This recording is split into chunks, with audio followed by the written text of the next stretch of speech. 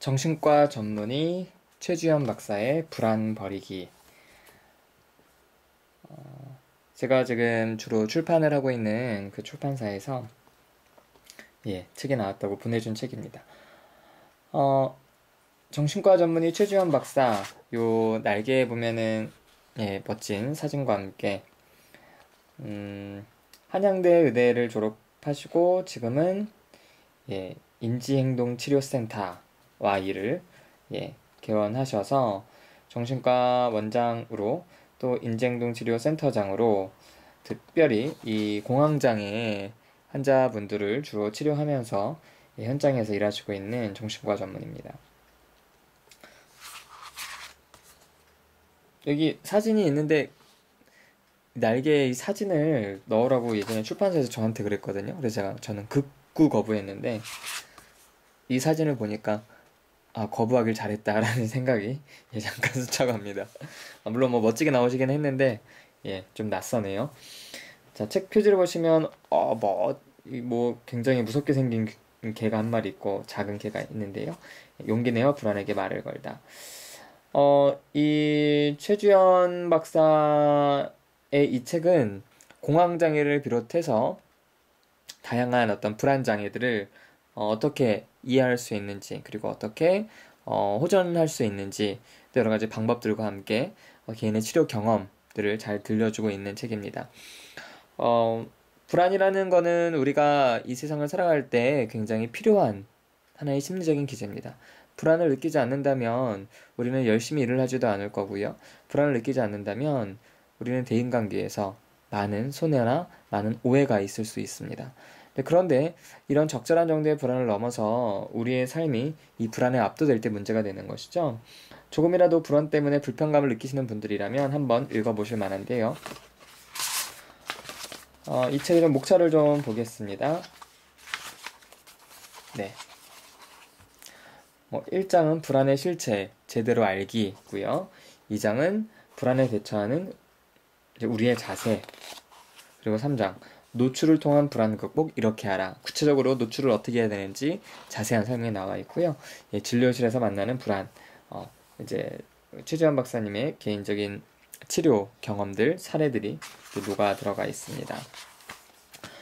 이 책을 읽으면서 내내 아무래도 이제 한국인 저자가 썼기 때문에 번역서와 달리 읽기 굉장히 수월한 편이었는데요. 그런데도 뭐라 그럴까요? 그 최주현 박사님의 어떤 글쓰기 스타일이랄까?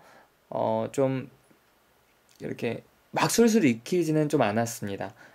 그래도 비교적 번역서보다는 쉬웠지만 그래도 조금 집중이 좀 잘 안 되는 그런 좀 부분들이 있지 않았나 라는 좀 생각이 들어서 약간 좀 아쉬움이 남는 부분이고요.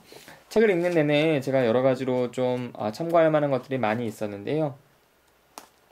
특별히 그 중에서 사실은 이 내용은 이제 박사님이 경험하신 게 아니라 박사님이 박경림의 사람이라는 책에서 박경림 씨가 경험한 거를 여기다가 이제 언급을 해주셨는데 저도 이거 보면서 굉장히 좋아서 조금 여러분에게 읽어드릴까 합니다.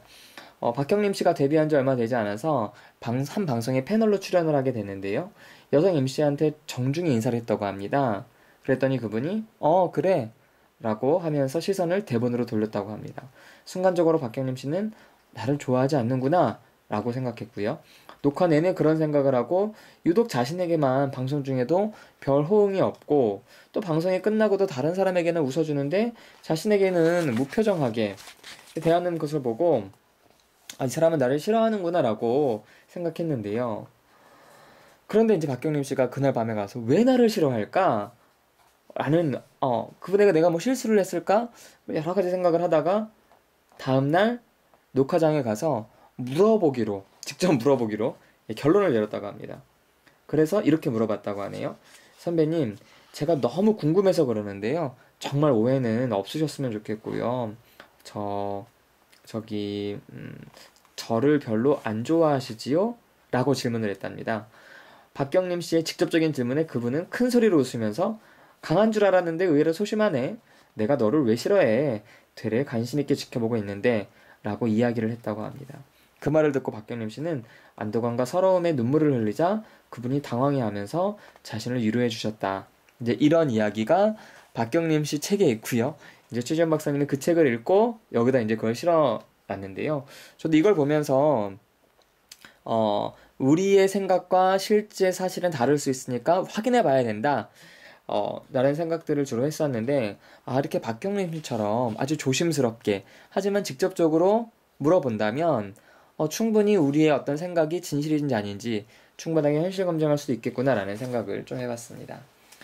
이 책에는 뭐 인지치료적인 요소들이 많이 들어가 있습니다. 우리의 생각들, 우리의 생각의 오류들, 이런 것들 우리가 어떻게 극복해야 되는지도 있고요. 더 나아가서 불안에 대한 책이기 때문에 불안을 다스리는 여러 가지 방법들이 나와 있는데 그 중에 하나가 호흡입니다. 호흡.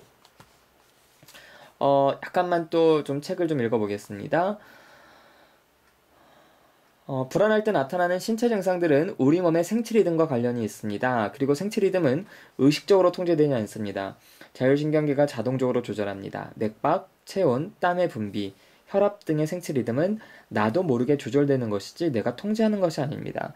이런 생체 리듬 중에서 그래도 내가 조금은 의도적으로 조절할 수 있는 것이 하나 있는데 그것이 바로 호흡입니다.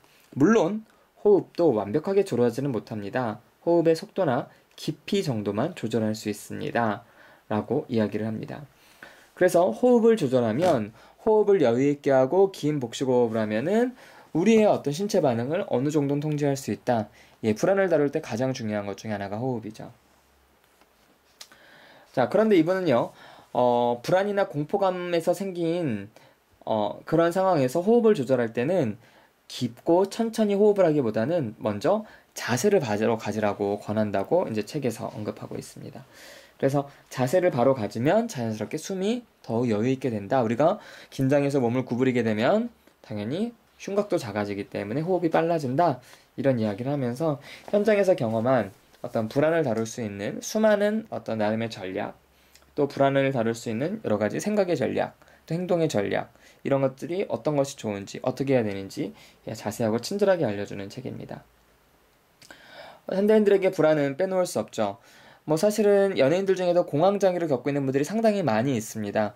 얼마 전 보니까 김하늘 씨도 공황장애로 매우 큰 고통을 당했었다. 지금은 많이 극복했지만요. 그리고 김장훈 씨도 공황장애로 지금도 여전히 가끔 고통을 받고 있는 걸로 알고 있고요. 어쨌든 그런 불안들을 다룰 수 있는, 그리고 또 그렇게 어떤 심각한 불안은 아니더라도 현실 생활에서 발표 불안이라든지 대인관계 사회공포증이라든지 여러 불안들을 극복해 보고자 하시는 분들은 한 번쯤 읽어보실도 좋을 만한 책이라고 생각이 됩니다.